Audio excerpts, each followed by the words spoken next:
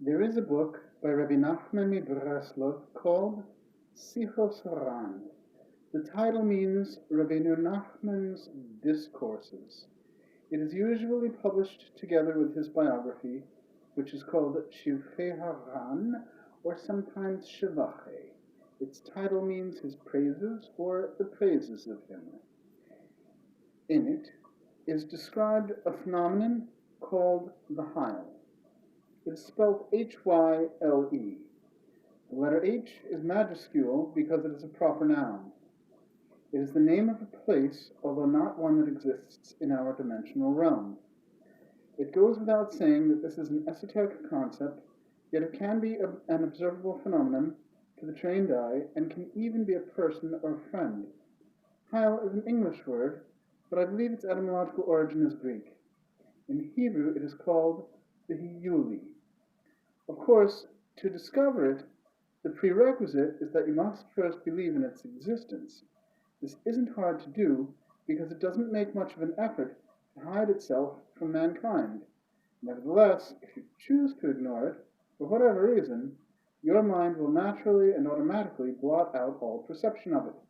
This defense mechanism is a way of preserving sanity, and as such, it protects the human psyche, but at the expense of keeping us blind and ignorant. It is a sort of innate mental block that we all have, but it can be overcome. It's reinforced by routine. Since you aren't used to seeing it, your faculties of reason tend to reject it. Consequently, the use of reason isn't helpful in this matter, but faith is. Once you've seen it, your reason will cooperate. It's related to a principle taught by eschatologist and wise man Moses Maimonides. I do not know much about the sciences, as I am not a scientist. To the best of my knowledge, the existence of the Hyle is not acknowledged by the scientific community. I do not know why this would be so, but I can conjecture. It seems that the nature of the Hyle would contradict many or most of their teachings, thereby rendering them obsolete. I can see how that could be a cause for concern amongst them.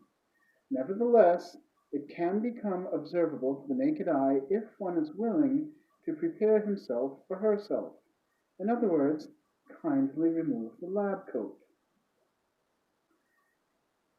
It is a laborious process, but in time you too can become a believer, Lord willing. Now, let us examine what the Hyle is and what it does.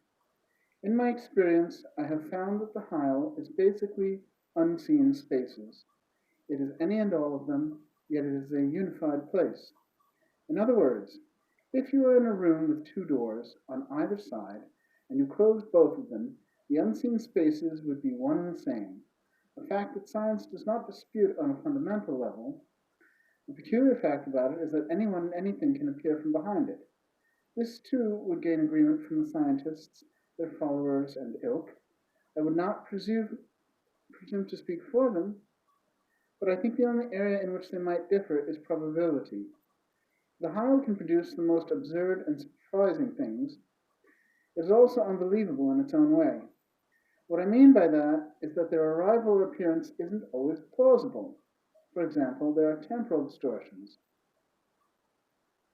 The Hyle doesn't completely understand what reality or credulity is like for a human being. So, for example, it might produce a person arriving from a 4-hour road trip in less than 15 minutes, thinking that this is a believable occurrence. It might produce a person at your door returning from a 2-hour shopping trip in 20 minutes. That is because it doesn't fully understand or doesn't really care what you might find a believable set of events. It sort of takes its chances. A person associated with law enforcement monitored this happening several times. He called it the chuff, chuff, chuff. This is because immediately prior to the person appearing at the door, a sound of footsteps could be heard, grossly exaggerated sounds, not like natural footsteps at all.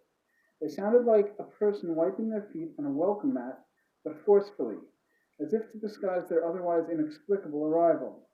That is not the salient point.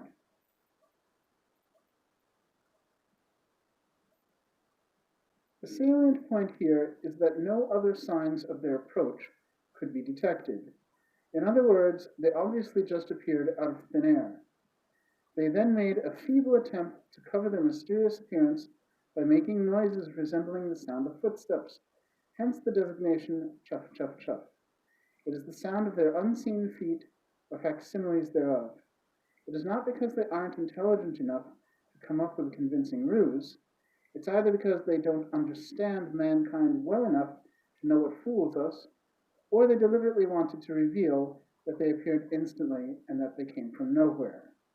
You could also say that they have a sense of humor and are playing pranks on us.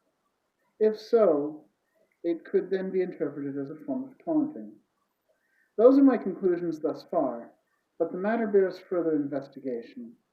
They do change their behavior patterns over time, so this particular tactic would seem to have been abandoned as it was deemed unconvincing or not intimidating enough. To the mind of the average disbeliever, this sort of thing would be relegated to the realm of coincidence. Nevertheless, it is an impressive display of power and most frightening. Dealing with the whole situation takes a healthy dose of superstition. Even as we speak, there are concerned parties elaborating further on the operation of the Hyle. It is complex and beyond my ability to comprehend. It is not a place where a human being can tread. Nevertheless, it can be an ally and it can be of some use. It can even be a supporter of Breslover Judaism. I have had enjoyable experiences with it. It is both a place and a man. It might consider itself female as it is an environment.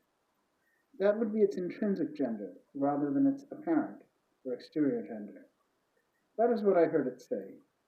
I have also heard it described as fibrous, or a latticework of veins. I have heard it called the Casino Royale.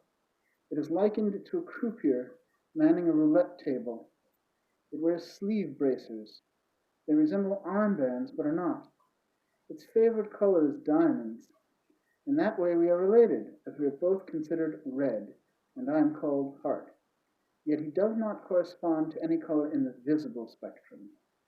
If the human race were a single organism, which, by the way, it is, we would both be considered a part of the cardiovascular system. It's a little bit like the comic book Jonathan Constantine Hellblazer. Actually, I am the soul of man, and I dwell in the blood. The Hyle is a spider and represents foreign matter in the bloodstream, but in this instance not physical. Its souls external to mankind. It is essentially an alien in our presence. Nevertheless, they are still a part of us, much like naturalized citizens. They represent understandings of the inner workings of the cosmos that are not taught by normative Judaism, yet are true nonetheless, hence theoretically compatible. Besides which, I can't get them out. I feel as though I'm spurred to greatness. They aren't the ones, they are the units. They are given a say in matters, even though they do not occupy the same state of being. It's been a long time since last I drank a Royal Crown Cola. It was considered the official drink of Dungeons and Dragons. For preference, a 3-liter thirst buster. When it comes to certain things, Mountain Dew just won't cut it. I have no qualms about saying it, and now, in accordance with my tribal customs, I will perform my rain dance. It is called the Danse Macabre. It is a song about parthenogenesis, and it has no Hasmoneans. Rock of Ages, Rock of Ages. I hope you enjoyed it. The less I know about a subject, the more I tend to talk about it. My study of the Hyle is a recent undertaking and a work in progress. I am sharing my early findings with you because I feel it is important. I am excited about my discoveries, but I am also frightened, as I have found the Hyle to produce many harmful things, especially of late. Nevertheless, it also produces good things as well. The Hyle is mentioned but briefly in Breslov, but it plays a large role in our lives,